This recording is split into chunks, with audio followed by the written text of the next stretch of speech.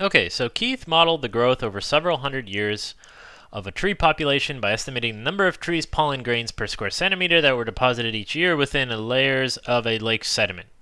He estimated there were 310 pollen grains per square centimeter the first year. So 310 the first year.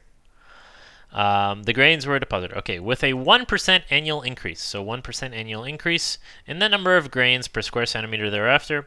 Which of the following functions models P of t, the number of pollen grains per square centimeter, t years after the first year the grains were deposited? All right, so we start with 310.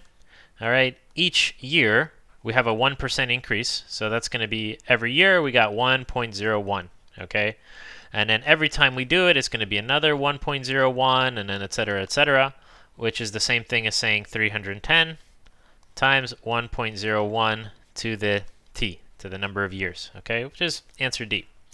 And, one thing to be careful with in problems like this is to know as soon as you start reading this is a math problem, right? So as soon as you start reading this math problem that's like really wordy, most likely most of the information that is given to you, like all the details about what's actually being modeled, is irrelevant, right? So it said growth over several hundred years, tree population, estimated number of trees, pollen grains per square. Like, do we really care that it's tree pollen grains per square centimeter?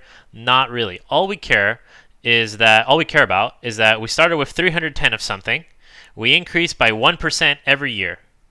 And that's it. And look, we started with 310 of something, and we increase by 1% every year, which is multiplying by 1.01 every year.